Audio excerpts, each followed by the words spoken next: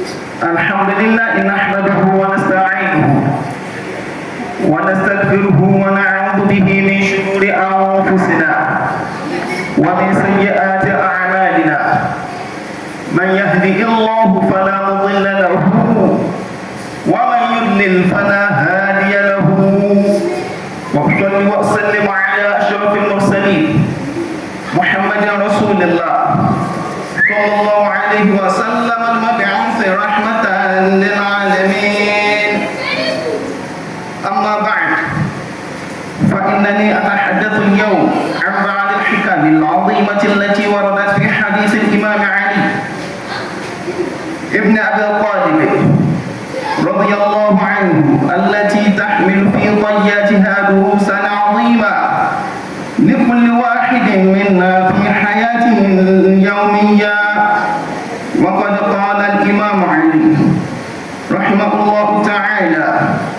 احفظ عني أربعة. لما ضرب ابن المنجم عليا كرم الله وجهه ورقد في فراش الموت دخل عليه ابنه الحسن وهو يبكي فقال له الإمام علي كرم الله وجهه: يا بني احفظ عني أربعا وأربعا. قال الحسن: ما هم يا أبتي؟ فقال الإمام: أغنى الغنى العقل، وأكبر الفقر الحمق، وأوحش الوحشة العجب، وأكرم الكرم حسن الخلق. قال الحسن: فمن أربع الأخر؟ أرجو الله أترك أتيك فون النبي محمد عليكم كيولو أتليكم غيري أتليكم البركة أولا بواشف النبي محمد gbogbo àwọn aráàlú ẹ̀ gbogbo àwọn sọ̀hábì rẹ̀ ọlọ́dọ̀ pọ̀ ṣe dáadáa fún wa. ìkẹ́ náà ọlọ́dọ̀ pọ̀ àdáadúró lórí ẹnì kọ̀ọ̀kan wa náà títí tí ó fi jọ́ gbé kìyàmà. ولا لا إله إلا الله ولا محمد رسول الله صلى الله عليه وسلم. ẹ̀rí akíkókó wa kú jùmọ̀ àtòní kọ́nà ọba tó dákun kó jẹ́ kí a ṣe ọ̀pọ̀lọpọ̀ jùmọ̀ àlàyé eléyìí kọ́nà ọkọ̀ má jẹ́ ká fi ṣe àkímà àwọn abẹ́rẹ́ ọba tààlà nínú àánú ẹ̀ àti nínú púpọ̀ háyà rẹ̀ gbogbo ìjọsìn tí a ń ṣe níbẹ̀ gbogbo àìbàdá tiwa tí a fi ń ṣe kọ́nà kódà kó gbà ní ìjọsìn fún wa kọ́nà kódà kó má dàrú wa láyà. wala la ilaha illallah wala muhammadur rasulullah sallallahu alaihi wasallam. ọ̀nà ọba tá a dúpẹ́ fún òun náà lọ́ba tó jẹ́ pé ní ọ́fíìsì rẹ̀ sọ ìgbé àtẹ̀yìn tí ò bá burú ṣe wá láti júmọ́ àti tó lọ títí di júmọ́ àti tòní mélòó mélòó òjò tó ti rọ̀ tílẹ̀ ti fà mú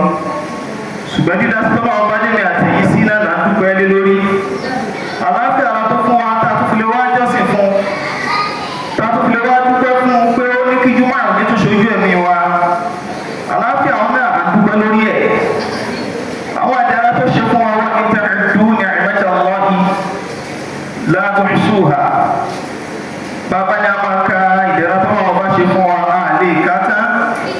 a máa ka látòní dọ̀lá náà ní àlè lè ká tán. ọlọ́ọ̀bá tó wá ṣe àwọn ìdẹ̀ra yìí lé wa lórí ọba náà lọ́ba tí a dúpẹ́ fún. ọlọ́dàkùn wa kọ̀ pẹ́ ẹ̀kọ́ wa. ọlọ́dàkùn wa pẹ́ ẹ̀yọ wa. ọlọ́dàkùn wa gba ìbádà wa. wala la ilaha illallah wala muhammadur rasulullah sallallahu alaihi wasallam. ẹ̀rí ọlọ́ọ̀bá ta'ala ó kọ́ wa lẹ́kọ̀ọ́ púpọ̀ látara Ànábì wa Muhammad sallallahu alaihi wasallam látara ìwé tó fi ránṣẹ́ sí Ànábì wa Muhammad táwọn sí Al-Qur'an Al-Karim ìwé tó kún fún ọ̀pọ̀lọpọ̀ ọgbọ́n tó kún fún ọ̀pọ̀lọpọ̀ ọgbà tó kún fún ọ̀pọ̀lọpọ̀ òye tó sì kún fún ọ̀pọ̀lọpọ̀ ìtọ́sọ́nà tọ́wọ́ tó fi máa tọ́ wa sọ́nà ní gbogbo ìrìn àjò wa tá a bá rìn láyé. gbogbo tó bá pọ̀ tó bá òní tẹ̀lé wọn náà fọ̀mú ọ̀gbọ́n irú ẹni bẹ́ẹ̀ ẹni tí ó nà ní irú ẹni bẹ́ẹ̀ ẹni tí ò ní mọ̀nà ní irú ẹni bẹ́ẹ̀ ẹni tó yá pé ní àìmọ̀ká rẹ̀ yahdihi ilal fujur yóò wá padà tí gbọ̀ngbọ̀n lọ síbi kó di ẹni òkì tí òfin wá nílé gbọ́nà ọba dáadáa tó bá jẹ́ ògbé dàgbéyàmà àbúrò ọba tààlà gbogbo tí ó mú wa tá a fi ṣe kèfèrí sí wèrè ọlọ́dà tó mẹ́jọ ṣẹlẹ̀ sí wa gbogbo tí ó mú wa tá a fi láàrin gba nábì wa Muhammad gbọ́ ọlọ́dà tó mẹ́jọ ṣẹlẹ̀ sí wa ọ̀nà aláhàwọ̀nà wàlà quwwata ẹ̀rí nínú àwọn ẹ̀kọ́ tá a fẹ́ kọ́ látara al-Imam Ali karramallahu wajhahu ọ̀kan nínú àwọn ashabi nabi sallallahu alaihi wasallam al-ajilla nínú àwọn sàhábì ànábì wa Muhammad sallallahu alaihi wasallam tí wọ́n kù háyà tí wọ́n tóbi tí wọ́n jìngbà níwájú Ọlọ́run àti níwájú ànábì wa Muhammad ó náà ní al-Imam Ali karramallahu wajhahu bí ti ń jẹ́ ọmọ fún ànábì rọmọkù rẹ̀ ni bẹ́ẹ̀ náà ní tó ń jẹ́ àgbẹ̀ fún ànábì torí pé ní ànábì wa Muhammad sallallahu alaihi wasallam tó fún ní ọ̀kan náà àwọn ọmọ rẹ̀ bẹ́ẹ̀ tí ṣe Fatima kọ́nà ọba kọ́dà kó wá ṣe ìkẹ́ rẹ̀ fún gbogbo wọn. kí wọ́n lè kọ́ta fẹ́ kọ́ látàrẹ̀ wọ́n ní lamma daraba ibn al-Muljim Aliya karramallahu wajhahu nígbà tí ọkùnrin kátà pè ní mọ́líjà tó gún ìmáàmù Ali tó dá lọ́gbẹ́ tó ṣe é léṣe léè tó padà fa sábàbí tí ó mú ẹ̀mí rẹ̀ kú láyé tíra wájú yé wa pé wà rọ́kadà ala firashil maut ìmáàmù Ali ó wá jókòó ó sùn sórí ìtẹ́ rẹ̀ tó jẹ́ ìpele náà ló padà dákẹ́ sí nígbà tí títọ́ ó dì bá ودخل عليه ابنه الحسن وهو يبكي ọmọ rẹ̀ tá a mọ̀ sí Hasan nínú àwọn ọmọ rẹ̀ tó gbajúmọ̀ náà ni a máa gbọ́ Hasan a máa gbọ́ Hussein àwọn yẹn náà wọ́n pè ní síbọ̀tọ́ Nabi sallallahu alaihi wasallam àwọn àrọ́mọdọ́mọ Ànábì wa Muhammad sallallahu alaihi wasallam tá Ànábì gan tó jẹ́ ìpínlẹ̀ àwọn ó máa kẹ́mọ púpọ̀ Hasan wá wọlé bọ̀ bàbá rẹ̀ bó ti wá wọlé tọ̀ wọ́n wáyé bèkì ní wọ́n sunkún ní kíkatíka ìhà sí bàbá wọn fẹ́ máa lọ náà rí ṣé tí láti wá fẹ́ dé náà ní ẹkún yẹn gbọ́n gẹ́gẹ́ bí ìfẹ́ tí máa bẹ láàrin bàbá àtọmọ ìjẹ̀rán àtàánú tí ó máa bẹ láàrin bàbá àtọmọ gbogbo ẹ tí òun náà bá ti ń bímọ àbí tó náà lóbi tó sì jẹ́ pé ní ó kẹ́ ẹ̀ fáwọn tó bí yóò máa bí kíní ẹ̀ ṣe máa ṣe èèyàn pé èèyàn ní fẹ́ káwọn tó bí ní ó lọ báwọn tó bí ní náà ṣe ní fẹ́ kéèyàn ó lọ kíní yẹn yóò máa connect papọ̀ mọ́ra wọn so náà ló wá ṣe ọmọ yìí tí wọ́n sunkún ṣùgbọ́n kò sọ pátá dídá sí ẹnìkan náà ni ó ṣáájú ẹnìkan lọ ètò Ọlọ́run ni kò sí èyí ó wọ Ọlọ́run yóò ní kí bàbá ó ṣáájú ọmọ lọ Ọlọ́run bá sì fẹ́ dára rẹ̀ nígbà míì yóò ní kọ́ mọ́ ṣáájú bàbá lọ kò sí ètò ọlọ́wọ́ bó tí ì fi dára àtàbẹ́ náà ọba tààrà ńlá kọ́nà kó jẹ́ kẹ́mi gbogbo owó gùn kó má sì jẹ́ kí á kó má wù bí wa lójú. yẹ Hasan ló ti wá dọ́dọ̀ bàbá rẹ̀ tí ń sunkún bàbá rẹ̀ wá sọ fún ó ní ihfaz anni arba'an wa arba'an ó ní ìwọ ọmọ mi ìwọ náà ti rí condition tí mo wà méjì náà ló lè já sí yíyè àbí kú náà ni ṣùgbọ́n ètò súnmọ́ jù náà ní wípé ní kó jẹ́ wípé ní a máa lọ sọ́dọ̀ Ọlọ́run wa tó dá wa padà ṣùgbọ́n kí n tó máa lọ ìwọ máa mi ihfaz anni arba'an wa arba'an ó ní sọ nǹkan mẹ́rin kan mójútó dáadáa tó o bá sì ń bẹ láyé kó o máa mójútó ó ní wa arba'an ó ní kó o tún wá pa mẹ́rin ní pọ̀ máa kó o tún mójútó náà kó o máa ṣe dáadáa kó o máa jò ó bọ́ ọ lọ́wọ́.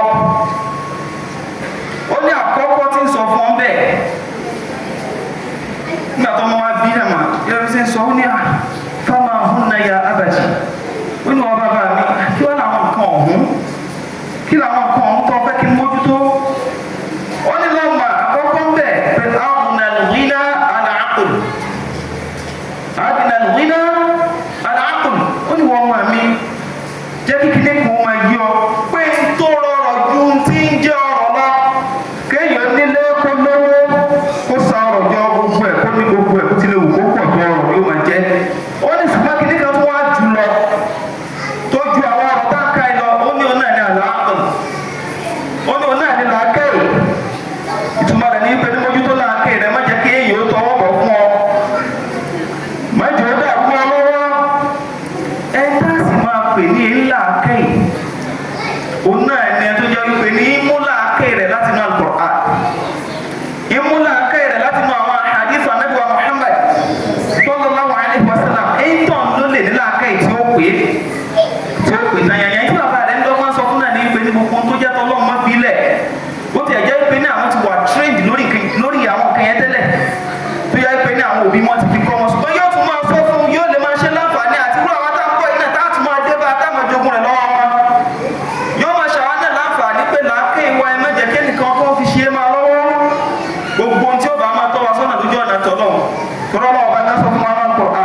yastawi alladhina ya'lamun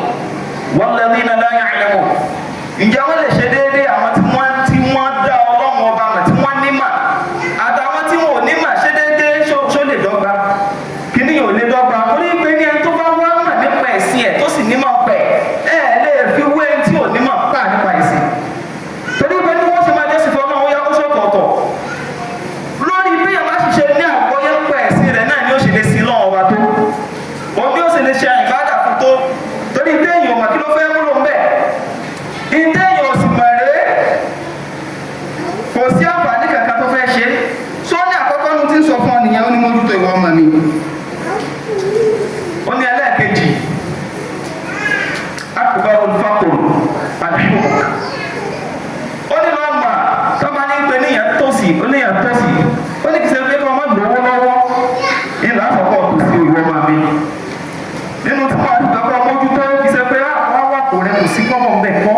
Ó ní kọ́nà pẹ̀lú sí. Ó ní ṣùgbọ́n tó tó lórí pé yẹn ya olùsí láyé oní kéèyàn ó gbọ́. Kéèyàn ó gbọ́nú kó ya ọkùn mẹ́kọ̀ọ́. Ẹni tí ó ya ọkùn mẹ́kọ̀ọ́. Òun náà lẹ́ni tí wọ́n sọ̀rọ̀ náà ọba fún pé ọlọ́run ọba ẹni tó yẹ kọ́ tẹ̀lé ni tó sì máa jiyàn. Òun náà lẹ́ni tí wọ́n sọ fún yín pé ní tọ́lá ọba fẹ́ lọ́wọ́ rẹ ní ní tí ò fẹ́ nì yóò sì tún máa takò ẹlẹ́kùnta ló jó lórí àwọn okùn mẹ́kọ̀ọ́ tó jù yẹn lọ. Yóò tún wá takò yóò tún wá ní àìnáàdì lórí ẹ̀ yóò tún wá ní àtakò tí ó nípa lé lórí ẹ̀. So bẹ́ẹ̀ náà kí yóò tún wá ya òmùgọ̀ tí kún tayé iná kókó tún ya okùn mẹ́kọ̀ọ́ kó má lè sí láàké ìkàkà lórí rẹ̀. Ó ní ọmọ mi má jẹ́ kó tọ́ sí ọ. Torí pé ní pé èèyàn bá ní mílíọ̀nù tó ní bílíọ̀nù tó bá tún wá ponú pẹ̀lú rẹ̀ gbogbo tó kójọ yẹn àbọ̀ yẹn náà ní padà bá kù lọ́wọ́ ẹ̀. Ó ní tó bá rí bẹ́ẹ̀ ó ní yẹn náà mo fẹ́ kọ́ dìímú dáadáa. Ó ní mẹ́jọ fún ọmọ lọ́wọ́ ìwọ ọmọ mi. Ó ní wọ́n á aṣọ ìwáṣẹ́tì á ní àwọn jẹ̀bù. Ó ní wọ́n máa lẹ́lẹ́kẹta nínú kàmẹ́rin àti mẹ́rin tí mo ní ọ̀sọ́. Ó ní àwọn aṣọ ìwáṣẹ́tì á ní àwọn jẹ̀bù. Ìtì máa mú nípa jù láyé tó jẹ́ pé ní ó mú nípa ju bí èèyàn ti máa pa ju bí èèyàn ti máa pa jù lọ láyé. Ó ní wọn ní àlàájúbù. Ìtàpẹ̀ ní àlàájúbù náà ní ìjọra ẹni lójú. Kéèyàn ó jọra rẹ̀ lójú kó máa ní kó ti ara yìí. Bóyá wọn lọ́nà ṣe fún ọ ní ìjì kan lọ́nà ọba fún ọ ní ipò kan lọ́nà ọba gbé ọ sí. Tọ́wá tí wàá wò ó pé ní àwọn náà ti wá dé àti ara ìbá ti ní gbogbo nǹkan ọlọ́run ọba ti kẹ́ wa. Lọ́wọ́ wá wò ó pé ní gbogbo àwọn èèyàn tí wọ́n wá tó ọmọ àti kéré lójú rẹ̀. Wọ́n ti dẹni ẹgbẹ́ lójú rẹ̀ wọn ò jẹ́ kẹ̀kẹ́ wájú rẹ̀ má. Ó ní méjì ó ṣẹlẹ̀ sí ọ. Torí pé ní kò sẹ́ni tí ó ní àrùjùmù tí ó jọra ẹ̀ lójú tí ó ní jẹ́ wípé ní àwọn yóò padà máa sá fún. Torí nǹkan méjì lèèyàn lè pàdánù. Bọ́ọ̀ bá ṣe súnmọ́ ọ̀sá ṣe sá fún. Tàbá sì rí pé gbogbo tá a bá lọ́wọ́ rẹ̀ kò jọ máa ń ta lè fi súnmọ́. Torí nígbà bá lọ́dọ̀ rẹ̀ tọ yẹ̀yẹ́ mi lónìí. Nígbà bá lọ́dọ̀ rẹ̀ tọ yẹ̀yẹ́ mi lọ́la. Tọ́ wá níbi bẹ́ẹ̀ mi wí pé ìsọ̀nà ọba ló dé mi pé mi ò já mọ́ kẹ́kẹ́. Kò sígbà tí ìdí sá fún ọ. So Imam Ali ní sọ fún ọmọ rẹ̀ Hasan. Pé nínú tí wọ́n dì mú, ó ní pé má jọra ẹ̀ lójú. Ẹlòmí ò jọra ẹ̀ lójú, bí sí jọra ẹ̀ lójú sáwọn èèyàn náà ní ó ti jọra ẹ̀ lójú sọ́nà. Yóò wá wo ìpè ní káwá ṣe ìgbà àti kọjá káwọn foríbalẹ̀ fọ́lọ́. Bàbá àti polówó àti kọjá pé káwá ní kíní kan lọ́nà ọba ní àṣẹ káwá rẹ̀ wá ń lẹ̀ fún. Àdì rẹ̀ wá ń lẹ̀ mọ́. Jọra ẹni lójú náà ni kò sí nǹkan tí máa ń pé báyìí ju ìpanu náà lọ. Imam Ali wá sọ lẹ́ẹ̀kẹ́rọ fún wọn ni wà á kọ̀rọ̀ ọmọ ìkárọ̀ husnul khuluq. Ó lè tí tún sọ fún ọ nínú tó jẹ́ àpálẹ́ jù nínú tí ń jà pálẹ́. Ó ní ọ̀nà náà ní wà dáadáa. Ó ní wọ́n màmí má fi wà dáadáa lẹ̀. Má fi wà dáadáa lẹ̀. Má fi wà dáadáa lẹ̀. Torí pé ní ó ju ọrẹ téèyàn máa ta fún ni lọ. Ó ju owó ńlá téèyàn máa gbé fún ni lọ. Ó ju gbogbo nǹkan tó jẹ́ àwọn nǹkan ọ̀rọ̀ lé ayé téèyàn máa ta fún yàn lọ. Bí a bá ti fi wà dáadáa ti sì fi ń bá àwọn èèyàn lò pọ̀. Kò sí àwọn èèyàn máa nífẹ̀ẹ́ rẹ̀. Wọ́n máa fẹ́ súnmọ́ òun náà máa rí dáadáa látara àwọn èèyàn. Torí tọ́lá ọba fi ròyìn ànábì wa Muhammad sallallahu alaihi wasallam. Kò síbi kankan tẹ́ ti rí tọ́lá ọba fi wọ́n ròyìn ànábì. Kò síbi kankan tẹ́ ti rí tọ́lá ọba fi ọlá ròyìn ànábì. Kò síbi kankan tẹ́ ti rí pé ọlọ́run bá wá fi ọ̀rọ̀ ńlá nǹkan tó tóbi ńlá wá fi ròyìn ànábì. Bí a bá ní gbogbo àwọn kátà náà ìdí sẹ́sẹ̀. Ṣùgbọ́n tọ́lá ọba fi ròyìn ànábì ni pé wá ìnáka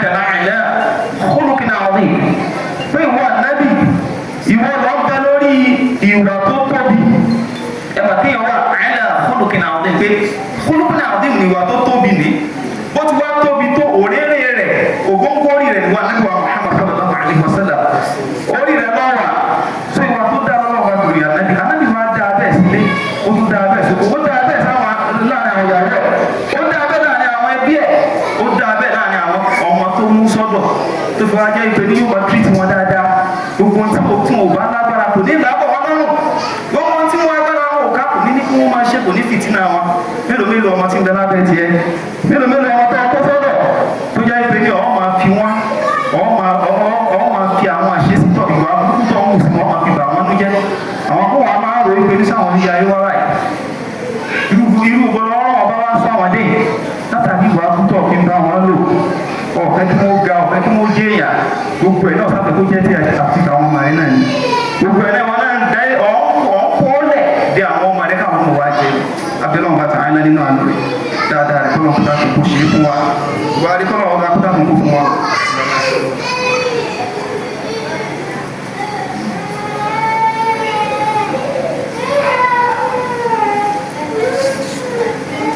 عباد الله وقال الحسن فما الأربعة الأخرى يا أبتي فقال الإمام إياك ومصاحبة الأحمق فإنه يريد أن ينفعك فيضرك وإياك ومصادقة الكذاب فإنه يقرب عليك البعيد ويبعد عليك القريب وإياك ومصادقة البخيل فإنه يبعد عنك أحوج ما تكون إليه وإياك ومصادقة الفاجر فإنه يبيعك بالتافه أدوكم الله أترك أتيك تقف هو النبي محمد صلى الله عليه وسلم إكي الله أتي الله تقف ومن كنا نمشي هو النبي محمد كنا كنا دادو لي كوا ولا لا إله إلا الله ولا محمد رسول الله bàbá gbàgbé nínú tí à ń bára wá sọ̀rọ̀ òun náà ni àwọn àsọ̀lẹ̀ tí ìbámu àyè kọ́rọ̀ ọmọ ọjọ́ tó sọ́lẹ̀ fún ọmọ rẹ̀ nígbà tí ń bẹ lórí ìtẹ́ wípé ní ikú ti fẹ́ dé ọmọ wa padà bílẹ̀ nígbà tó ka mẹ́rin àkọ́kọ́ fún ta torí tó sọ fún náà ni pé ìfàgbà àìní àrùbá pé sọ̀kan mẹ́rin àkọ́kọ́ sọ lọ́dọ̀ mi sọ látẹnu mi wọ́n máa mi ó ní mẹ́rin míì náà kan tó wá sọ ìgbà tó wá parí mẹ́rin àkọ́kọ́ fún ọmọ wa bílẹ̀ rè pé famal arba'an ukhra ya abati ó ní wọ́n bá mi ìwọ́n mẹ́rin yòókù tó tún ní sọ tọ́ ni mójútó ó ní ìwọ́n mẹ́rin yòókù tó ní kí mójútó ìwọ́n bá mi bàbá rẹ̀ wá sọ fún pé iyyaka wa musahhabata al-ahmaq ó ní ìwọ́n máa mi ó ní sọ́ra ó dọ̀wọ́ rẹ̀ o àti ìmáa bá òmùgọ̀ èèyàn ìmáa mú lọ́rẹ̀ẹ́ ó nítorí pé ní kí ni fa innahu yuridu an yanfa'aka fayadurruka ó nítorí pé gbogbo ìgbà tó bá ti mú òmùgọ̀ èèyàn lọ́rẹ̀ẹ́ yóò máa lérò kó fẹ́ ṣe ọ́ láǹfààní ni ṣùgbọ́n ìyá yóò máa kó bọ̀ àǹfààní lọ́wọ́ ní ọ̀rọ̀ kó fẹ́ ṣe ọ́ ṣùgbọ́n tí ó padà máa já sí fún ọ ní pé ní òfò ìnira wàhálà ni ó tún máa dá pọ̀ ọ̀rọ̀ lé ayé rẹ̀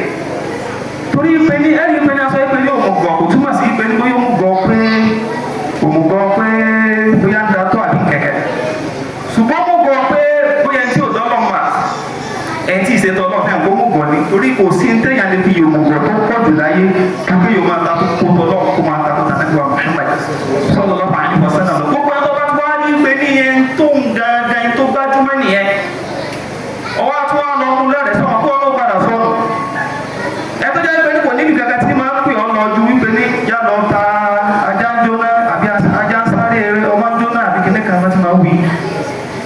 tó jẹ́ pé bẹ́ẹ̀ ni máa ń mú ọlọ́pàá gbogbo ògbà sọ ma pé ní yóò máa wò kó nǹkan ẹ̀sìn ọ́ láǹfààní ni nítorí tó o bá ti lọ bẹ̀ tó o bá ti kówó lé tí wọn náà ta lẹ́ẹ̀kan báyìí ọ̀ọ́kà di olówó ńlá ni ọwọ́ àdìpọ̀ ń lọ bẹ̀ ọ̀kà lọ́ sunwó ńlá owó àkọ́kọ́ ọjọ́ ńlá owó ẹ̀kejì ọjọ́ ńlá gbogbo tó wá fayé rẹ̀ kójọ wá padà ń sórí ẹ̀ sọmọ ìpè ní ìtẹ̀lé òmùgọ̀ rẹ̀ náà ló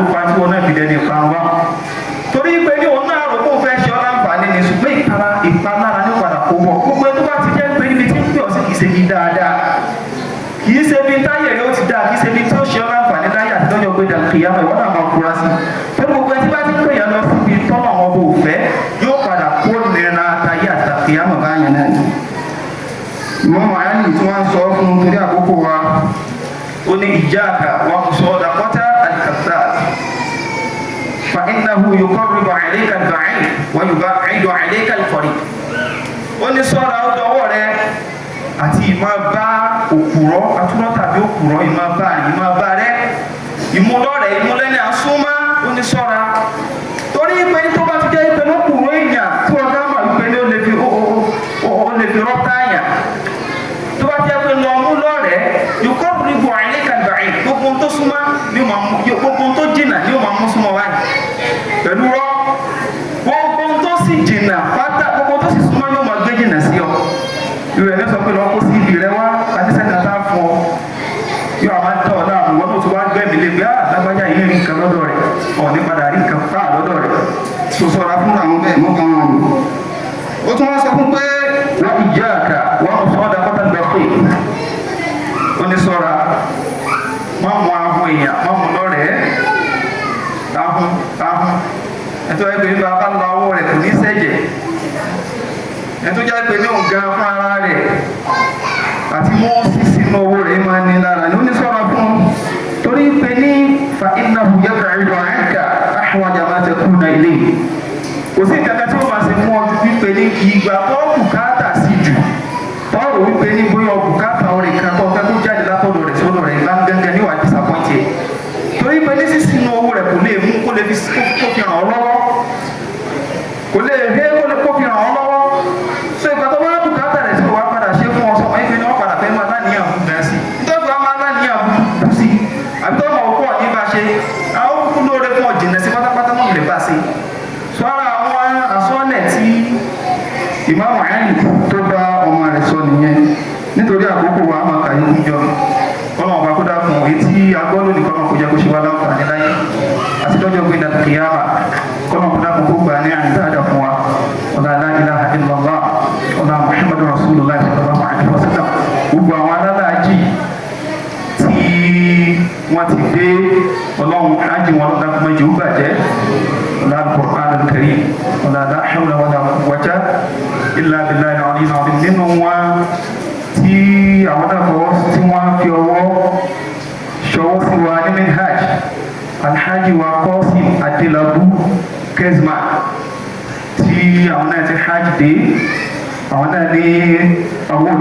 òní wá mọ́sálásí bí nítorí pé ọ̀dọ̀ àwọn òbí wọn láti fẹ́ lọ Jímọ̀ ṣùgbọ́n wọ́n ní kí wọ́n 10,000 naira kó náà máa jẹ́ ti mọ́sálásí wa pé àwọn náà fi dúpẹ́ fọlọ́ tó sọ àwọn lọ láyọ̀ tó sọ àwọn ọkọ̀ ní ayọ̀ abẹ́lẹ́ ọba Ta'ala kó dáàbò kó má ṣe ní ìwọ ẹnì kọ̀ọ̀kan wa náà kọ́lọ́n kó dáàbò kó má ṣe ní ìwọ ẹnì kọ̀ọ̀kan wa náà ẹnì kọ̀ọ̀kan wa náà kọ́lọ́n jẹ́ káwa náà lè lọ gbogbo tó ń fún wọn náà tó ń fún ajálàbíà àti ètò àti kọ́rùn pé àbọ̀ mọ́kà náà lọ yìí náà lù ú ó dáa ìmọ̀ náà lè náà sì wọ̀ lọ Jímọ̀ lónìí látara pé mi náà jẹ́ ẹ̀rọ pé mi náà fẹ́ kọ́lọ́n kó má ṣe lé wọ̀ tèmi náà àwọn abẹ náà bá Ta'ala àwa náà ti ń gbẹ ẹ̀fún alálàájì òní mo fi kọ́rùn ìlú náà mo sì wọ̀ yìí ọlọ́run jáwa náà lè máa fún yàn lẹ́ẹ̀mí ọlọ́run jáwa náà lè máa fún yàn lẹ́ẹ̀mí ọlọ́run ọba tí máa rọrùn tó ọ̀ máa ṣe fẹ́ dà rẹ̀ àwọn ọmọ bí ó ti jẹ ṣùgbọ́n ọlágbára àti ṣe fẹ́ dà lọ́nà tẹ́dà rò àtọ̀nà tẹ́dà rò wọ́n bá tó wá lè gbé kalẹ̀ fún ẹ̀dá tó lè ṣe fẹ́ dà ọlọ́dàkùn wá ṣe fún wa ní rọrùn gbogbo àwọn aláàjì náà ọlọ́dàkùn máa ń ta ájì wọn jẹ́ orí wọn ọlọ́dàkùn jẹ́ ó máa lékún ìdùnnú wọn ọlọ́dàkùn jẹ́ ó máa lékún gbogbo àwọn tí wọ́n lọ nínú jàmọ́ wa aláàjì wa Qasim àti dárúkọ wọn kọ́nà kó dàkùn kó wọ́n bá ájì wọn jẹ́ aláàjì wa ẹnjìnìá Túndé àbí Jídé ọ̀dà Jídé kọ́nàkúnà gbogbo àgbà ní àgbàdà fún wọn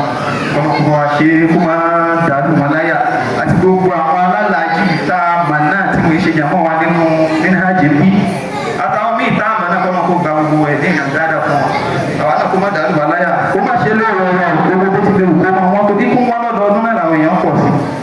ìwọ̀n lọ́dọọdún náà wọ́n pọ̀ sí ìwọ̀n lọ́dọọdún náà wọ́n pọ̀ sí ọlọ́run dákun gbogbo owó ti lè wù kó wọ́n tó ọlọ́mọ ṣe lè wù mí àti